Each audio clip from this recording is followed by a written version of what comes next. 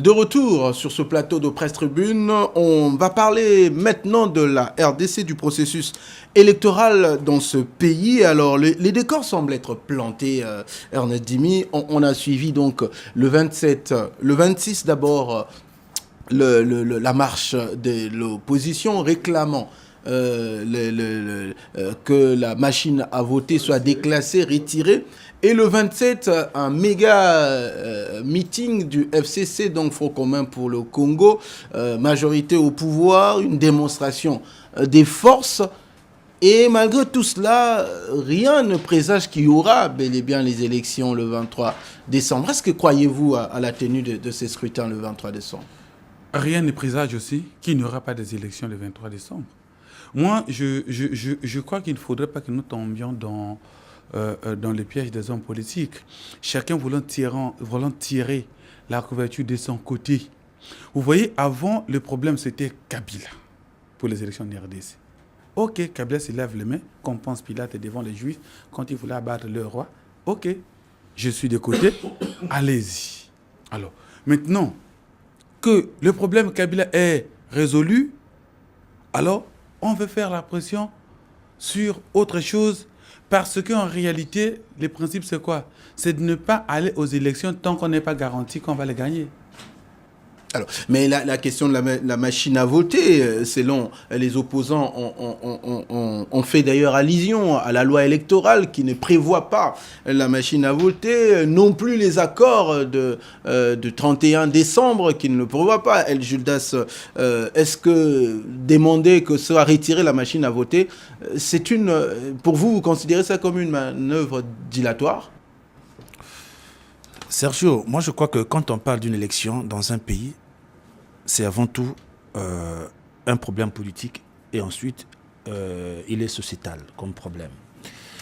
Vous savez, quand quelqu'un organise une élection en Afrique, de manière générale, et surtout, on a vu comment le président Joseph Kabila a tergiversé par tous les moyens, voir comment faire de sorte que le gars s'éternise au pouvoir. Et il a créé des conditions, sachant très bien que la loi électorale ne prévoit pas les machines. Ça, on va te rappeler qu'il a toujours dit qu'il allait respecter la Constitution. Non, je te dis, maintenant, Sergio, je vais dire ça devant les téléspectateurs aujourd'hui.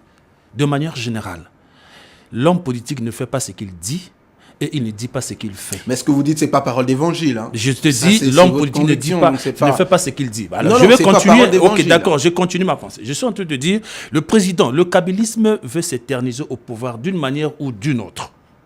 Les histoires des machines à voter, on sait très bien que les machines à voter, jusque-là, toutes les machines ne sont pas encore là. Ça, c'est de 1. De 2, là, nous sommes déjà au mois de novembre.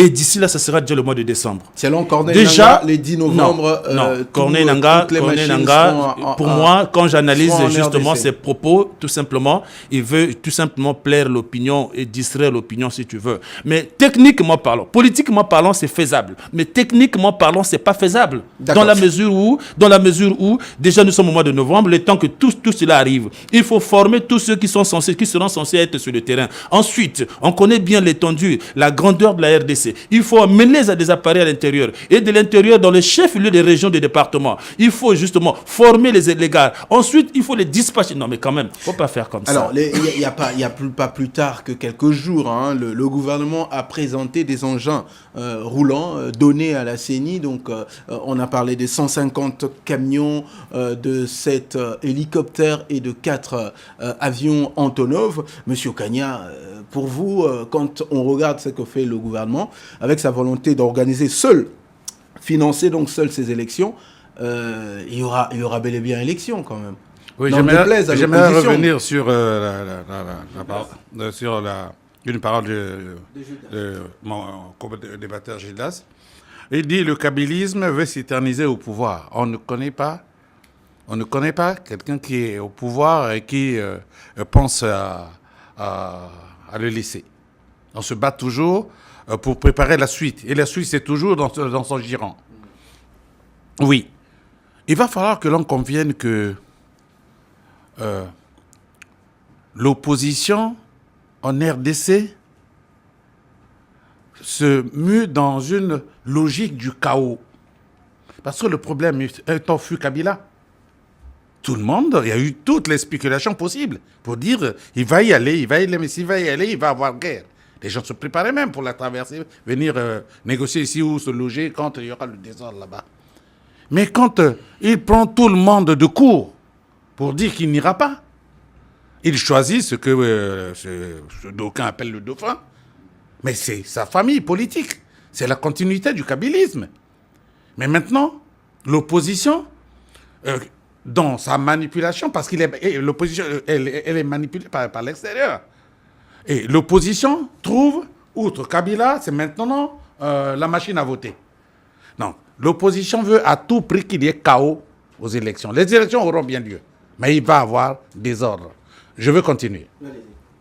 J'ai suivi une fois un matin sur RFI un Belge qui reconnaissait avoir été avec certaines forces extérieures d'Europe là-bas, était à l'origine de la contestation des marches organisées par Monseigneur Mosengo.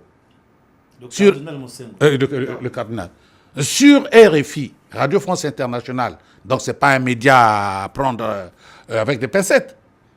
Interviewé à 6h du matin, cet homme-là a bien reconnu que les mouvements orchestrés en RDC par Mosengo et les autres, les ordres venaient de là-haut.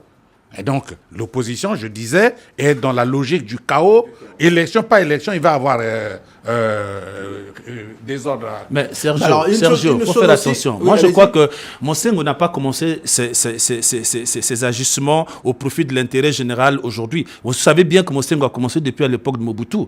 Alors, quand les gens disent que ça vient de l'extérieur, non, je regrette quand même cette façon de voir les choses. Parce que jusqu'à quand les Africains vont toujours accuser l'extérieur, Non, il faut quand même, à un moment donné, il faut arrêter les choses. Moi, je crois qu'en RDC, vous voyez que quand il s'agit de l'opposition en RDC aujourd'hui, vous voyez, au sein de l'opposition, vous avez un monsieur, permettez-moi de nommer quand même les noms. Vous avez un monsieur comme Vital Kamerhe. Vous avez un monsieur comme Martin Fayoul. Vous avez un monsieur comme Adolphe Mozitu. Vous avez l'ancien premier ministre du président Kabila. Aujourd'hui, ils ont travaillé avec Kabila. 4 ans plus tôt, eh bien, ces gens ont quitté la bannière pour se retrouver du côté de l'opposition. Alors, c'est pour quelle raison, en fait? La raison, c'est quoi? La raison, c'est tout simplement voir comment distraire l'opinion nationale. Et si vraiment il n'y aura pas élection, ça ne sera pas les vrais opposants qui vont empêcher qu'il y ait les élections. Mais plutôt, ça sera des opposants fabriqués comme le Vital Kamerhe. Alors, vous savez, de grâce, méconnaître l'impulsion étrangère sur l'opposition en RDC serait franchement faire l'avocat du diable. Donc, il faut aussi reconnaître justement les manipulations de l'étranger au profit du pouvoir de Kinshasa. Je voulais dire. Ah ben oui. Vous n'avez pas suivi que Katumbi est parti demander une audience à Kabila quand Kabila était aux États-Unis? Mais où est le problème? Les hommes politiques, ce n'est pas des ennemis. Ah oui. C'est des adversaires politiques. Ce n'est pas des ennemis. Ah bon? Ben bien sûr que oui. Alors, en politique, on n'est pas ennemis, on est adversaire. Oui. On parle de la candidature unique. Parce qu'on voit déjà du côté du FCC, donc la majorité au pouvoir, toutes s'organisent. Parce que là, tout le monde crie aux élections, ils sont prêts. Mais on n'arrive toujours pas à voir les candidats uniques. C'est annoncé pour le 15 novembre, à 2 semaines avant l'ouverture, 1 semaine, je crois, l'ouverture de la campagne électorale. Est-ce que pour vous, c'est une stratégie politique ou c'est tout simplement de manque de tactique? RDC va aux élections pour les perdre. Parce que si jusqu'aujourd'hui, on est à moins de 2 mois d'une élection présidentielle, ce n'est pas les petites élections provinciales, présidentielles. Mais selon Vital Kamerhe, interrogé sur la question, il a parlé que si on annonçait le nom d'un candidat unique aujourd'hui, il peut se retrouver décapité. Donc il faut garder le nom. Oh là là. Est-ce qu'il est acquis qu'ils iront ils auront un candidat unique? Le problème, c'est ça. Je vous donne les dernières estimations qui donnent le FCC gagnant à 61%. Cet après-midi à 13h. Et vous, d'où vous sortez ces estimations? Parce qu'il n'y a pas plus tard que le Télé 50, c'est pas... Télé 50. C'est une chaîne de télévision de la RDC. Non, Télé 50, on dira bien, on connaît d'où ça vient. Non, mais en fait, restons dans ces sondages-là. Mais il y a le bureau. Bon, là, allez-y, vous allez terminer. Moi, je ne vais pas arrêter dans la guerre des sondages. Personne n'a vu ce que ça a dit en France et ce que ça a donné par la suite. C'était du n'importe quoi. Voilà. Moi, je voudrais plutôt dire ceci, que l'opposition en RDC, en réalité, n'est pas prête pour la présidentielle.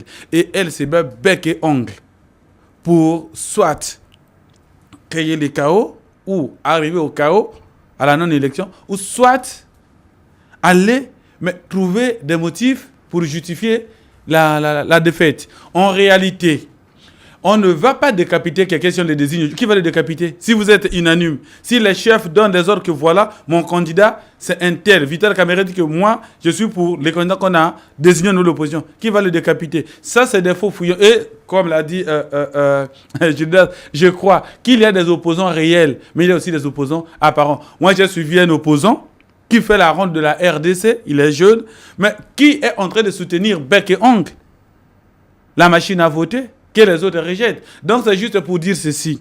L'opposition en RDC, c'est la carte, c'est la physionomie, c'est la sociologie politique de l'opposition en Afrique. C'est difficile que dans nos pays, notamment dans la sous-région subsaharienne ici, d'avoir une opposition unanime autour d'une personne. Généralement, dans nos oppositions, tout le monde veut devenir président. Et voilà pourquoi ça ne peut pas aussi marcher. Alors, moi, je ne fasse pas de la machine à voter une sorte de bête noire. D'accord. Il y a des opposants comme Gabriel Moukia qui est pour la machine à voter. D'ailleurs, Félix Tshisekedi l'a dit lors de la marche que l'UDPS n'a pas pris part.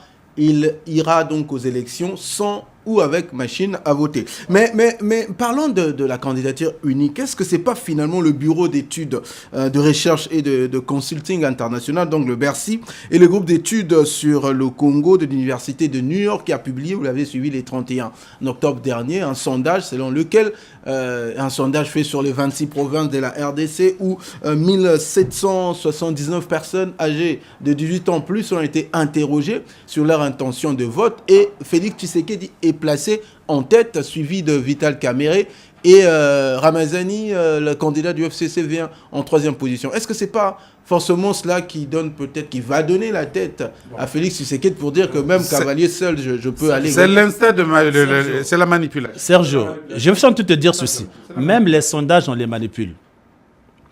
Vous savez, en RDC, malheureusement, en Afrique francophone, de manière générale, nous avons ce problème. Puisque nous disons que nous sommes en démocratie, mais le nom de celui qui doit représenter une opposition ne doit pas poser problème. On va faire ce qu'on appelle les primaires. Puisque tout le monde en est unanime que nous sommes tous de l'opposition. On fait les primaires. Non. Justement, les principes, non. On fait les primaires, c'est en un jour, on se retrouve dans une salle, bon, entre leaders de l'opposition, on dit, bon voilà. Mais lesquels vont voter? Parce que entre eux, les leaders quand on dit les primaires, c'est entre vous les candidats, c'est à vous de choisir. Toi, tu te positionnes, l'autre se positionne. Mais c'est ce qui va se faire. Maintenant, en ce qui concerne le monsieur Tshisekedi, non. Monsieur Tshisekedi, aujourd'hui, il a besoin aussi de laisser une histoire. Monsieur Tshisekedi, hier, moi je le savais.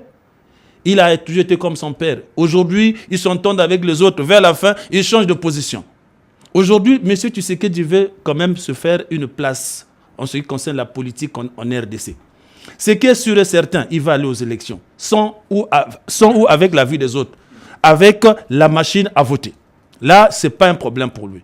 Mais l'enjeu majeur, c'est quoi? Lui, il sait très bien qu'en partant, il va le perdre. Ça, c'est clair. Oui. Mais lui, son problème aujourd'hui, c'est... Permets-moi de finir ma pensée. Il le sait. Non, permets-moi. Non, je suis en train de faire les analyses. Nous sommes en train de faire les analyses, conformément aux réalités.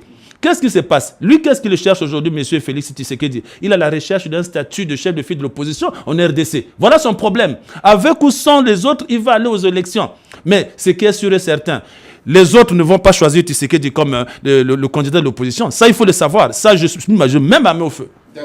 Sergio, moi, je voudrais plutôt faire remarquer qu'aujourd'hui, Tshisekedi, effectivement, veut incarner l'opposition en l'absence de Bemba, en l'absence de Katumbi, qui était en réalité des poids lourds de l'opposition. Voilà. Et lui, non, il veut être comme celui qui va drainer toute l'opposition, qui est comme l'interface directe du pouvoir. Et je vais vous ajouter, selon le même sondage, candidat. Les hommes politiques les plus populaires en RDC restent pas candidat. Jean-Pierre Bemba, suivi de Moïse Katumbi. Bon, mais moi, tout ça, c'est de la manipulation, mais on peut avancer. Je dis ceci. Donc, quand il voit les enjeux, quand il voit qu'il est pratiquement le seul qui peut aller et avoir ses statuts, il est obligé d'accompagner un processus tout en sachant, je réitère ce que Judas a dit, qu'il ne va pas gagner. Il est conscient. Il est conscient qu'il ne va pas gagner. Mais alors, c'est là ça fait, c'est la bonne dame de la majorité de l'accusation. Alors, c'est celui de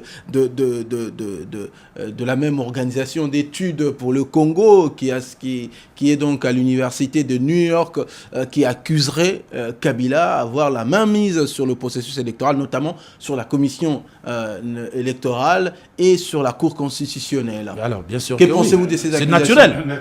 Il est au pouvoir et c'est lui qui a nommé ces mêmes personnes. Ils sont obligés de faire allégeance à lui. Mais ces institutions sont obligées de jouer à la transparence parce que la crédibilité... Non, pas forcément. Pas toujours. Pas forcément, monsieur Sergio. Nous avons des présidents de conseils comment vous appelez ça? Des cours constitutionnels qui sont nommés dans le pays. Dans les pays, je veux dire. Nous avons suivi ça en Côte d'Ivoire. Nous avons suivi ça ici à Brazzaville. Au Congo-Brazzaville, je veux dire. Alors, vous n'allez pas dire au président de la Cour constitutionnelle qui a été nommé par le président en place de déchoir le président qu'il a élevé. Non, mais c'est ça, vous êtes en train de donner du grain au moulin de ceux qui accusent souvent l'Afrique de ne pas mettre avant la démocratie. On en a vu au Kenya, quand même, une cour constitutionnelle annuler l'élection qui donnait vainqueur le président élu. Mais non, je vais te dire pour le Kenya, celui qui avait annulé les élections au Kenya ne vit plus au Kenya.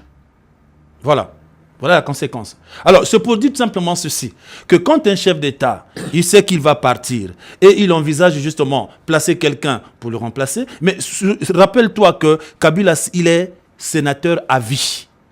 Ça veut dire quoi? Ça veut dire que si celui qui l'a remplacé, qui l'a nommé ou qui l'a choisi, monsieur Ramazani, qui sera président de la République, ça c'est clair et net, s'il y a élection, là encore c'est encore un problème, s'il y a élection le 23 décembre, s'il est président, ou encore, s'il n'y a pas élection, ils seront obligés, justement, les noms que j'ai cités, eux, ils vont manipuler l'opposition. Pour qu'il n'y ait pas élection, question tout simplement de vouloir faire qu'il y ait concertation ou dialogue. Et ce dialogue va les obliger, jusqu'à vouloir même changer la Constitution, pourquoi pas, à ce que le pouvoir au niveau du Sénat puisse avoir plus de volume qu'à celui qui va devoir gérer le destin d'une nation. Parce que, justement, le président Kabila n'est pas prêt à quitter l'arène politique.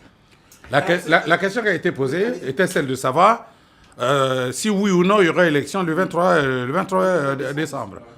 Je dis il n'y aura pas élection. Non, il y aura élection. Le FCC remportera cette élection, mais il y aura des ordres. L'opposition n'acceptera pas la défaite. Ça dit que s'il y a élection, ce n'est pas dans les conditions normales. Mais alors, comment faire, on va terminer peut-être par là, pour que ces élections le 23 décembre soit quand même une fête comme ailleurs en RDC. Est-ce que c'est possible? On ne peut rien faire dans la mesure où je vous ai dit que l'opposition est dans la logique du chaos. Battue, l'opposition doit s'organiser pour que le chaos se mette.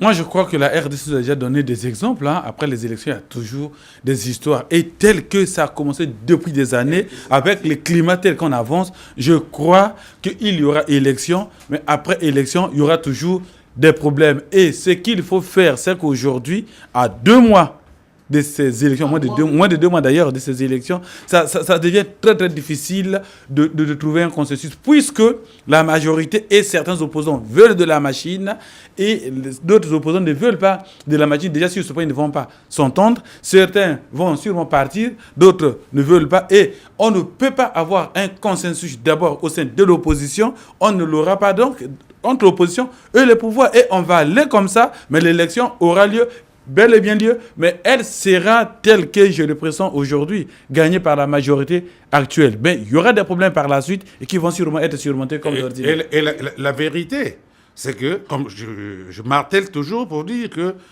l'opposition est dans la logique du chaos. Parce que quand l'opposition recuse l'élection, la machine à voter, il propose qu'il y ait une transition à laquelle Kabila ne participera pas, pour organiser d'autres élections. Mais attendez voir où est la masse d'argent que l'on a utilisé pour l'organisation de l'élection. Donc cet argent-là sera perdu. Ça sera. Alors, vendredi, Joseph Kabila a donc présidé une réunion interministérielle pour parler justement de l'organisation. Mais on a même vu la représentante spéciale du secrétaire général des Nations Unies sortir de là, dire que c'était une réunion constructive. On peut se dire que même au niveau de la MONUSCO, on est bien prête pour aller aux élections. Tu sais, Sergio, moi je crois que même la communauté internationale, ce n'est pas des anges. C'est des gens qui ne courent que derrière les intérêts. Hier matin, on a vu comment Kabila a menacé la communauté internationale. Et la communauté internationale était obligée de chercher un terrain d'entente avec le pouvoir de Kinshasa. Aujourd'hui, la communauté internationale des Nations Unies a besoin justement, peut-être pas de s'éterniser en RDC, mais au moins, il y a des lobbies qui gèrent cette structure. Et ces lobbies trouvent leur compte en RDC.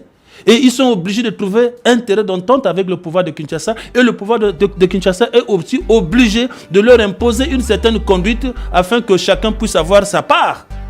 Donc, quand ce monsieur-là sort, mais non, c'est quand même décevant. Nous, les Africains, apprenons quand même à beaucoup crédibiliser nos choses par nos propres efforts. Parce que nos choses ne doivent pas être crédibles parce que la communauté internationale a dit, mais alors, quand nous parlons de la souveraineté, notre souveraineté où dans tout ça? D'accord. Merci beaucoup, monsieur, d'avoir donc participé à ces débats. Vous aussi, très chers téléspectateurs, merci de nous être fidèles à votre magazine Presse Tribune qui traite des questions qui touchent à la marche de notre société. Aujourd'hui, on a parlé des sujets, comme d'habitude, on a parlé donc de la RDC, les assises de la presse congolaise. On se donne rendez-vous pour le prochain numéro, ce sera le dimanche prochain, toujours même heure, avec le même plaisir et le même sens du devoir. D'ici là, portez-vous bien, à très bientôt.